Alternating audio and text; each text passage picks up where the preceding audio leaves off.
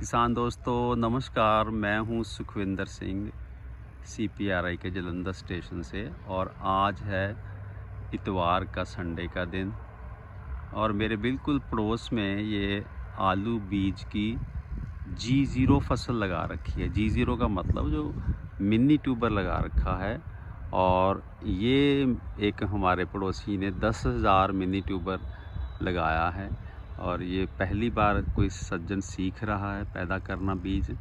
और क्योंकि मेरे घर के पास ही है तो मैं इसको रोज़ाना आके देखता रहता हूँ। ये जो आप देख रहे हैं कैमरे में बहुत सारी चीज़ें आपको दिखाई नहीं दे रही होंगी, लेकिन ये आज 14वां दिन है। 19 अक्टूबर को ये बिजाई हुई थी और 10 अक्टूबर को ये जो मिनी ट्यूबर है जो एरोपोनिक्स से पैदा हुए हैं वो कोल्ड स्टोर से निकलवाए गए थे।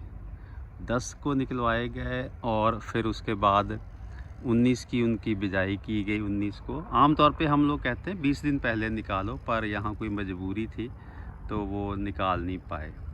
तो आज ये जब ये कहें कि 19 अक्टूबर के बाद अगर आज 2 नवंबर है तो 14वां दिन है। 14 दिन के बाद ये इसमें लगभग 80% जो है इसमें इसका पुंगराव बाहर पौधे निकल चुके हैं।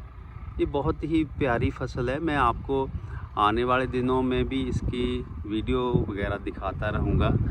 मकसद ये है कि आप भी ये सोच सकें, सीख सकें कि भाई आलू के बीज के लिए ये जो विधि है, हाईटेक विधि जिसको बोलते हैं, अब इसके बिना हमारा गुजारा नहीं है। वो मैं बाद में बताता हूँ।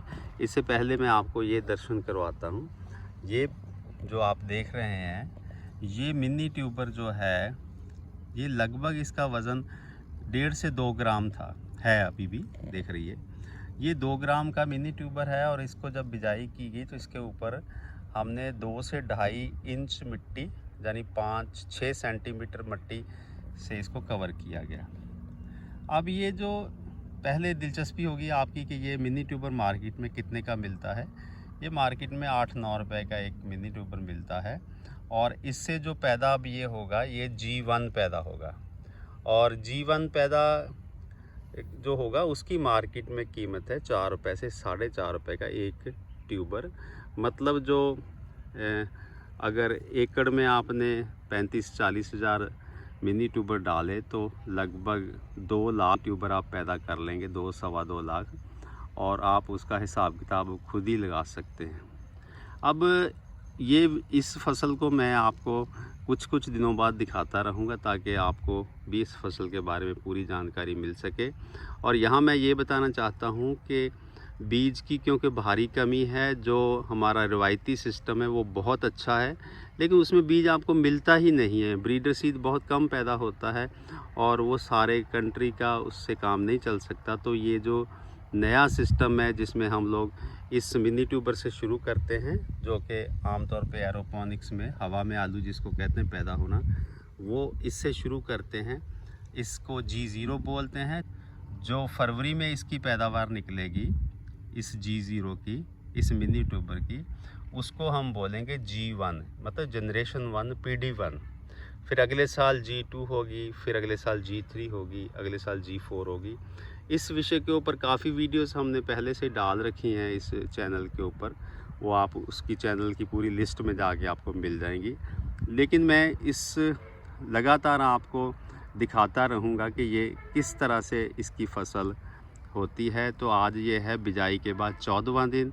इसी तरह 2-2, 4-4 दिन के बाद आपको ये हम लोग दिखाते रहेंगे ताकि आप इसको अच्छे तरीके से समझ पाएँ।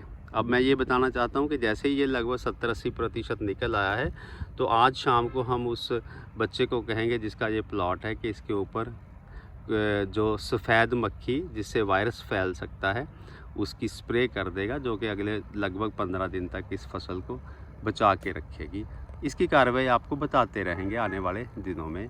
और ये क्यों मैं इसलिए मेरे पास टाइम मिल रहा है कि ये बिल्कुल मेरे घर के पास ही इस किसान का खेत है। ये हमारा घर है और ये किसान जो है मैं रोज़ उसको आके यहाँ पे देख सकता हूँ अच्छे से, और मुझे भी बहुत खुशी मिलती है कि इस तरह से एक नया जो आलू का बीज सीखने वाला यंग बच्चा है उसकी भी मैं मदद कर पा रहा हूँ। और एक बार फिर दिखा देता हूँ। आप देखिए क्या शानदार इसमें जड़ें बनी है। लेकिन ये क्योंकि ये आलू बहुत छोटा होता है, इसमें अगर आप इसको जूम करके देखेंगे तो आमतौर पे 1 या 2 तने ही इसमें से निकलते हैं, क्योंकि इसका मटेरियल इसके पास बहुत कम है, इसकी खुराक शुरुआती। इस चैनल को देखते रहिए और दूसरे दोस्तों के साथ शेयर करिए और कमेंट ज़रूर करिए, अपने विचार ज़रूर दीजिए। शुक्रिया आपका इस वीडियो को देखने के लिए।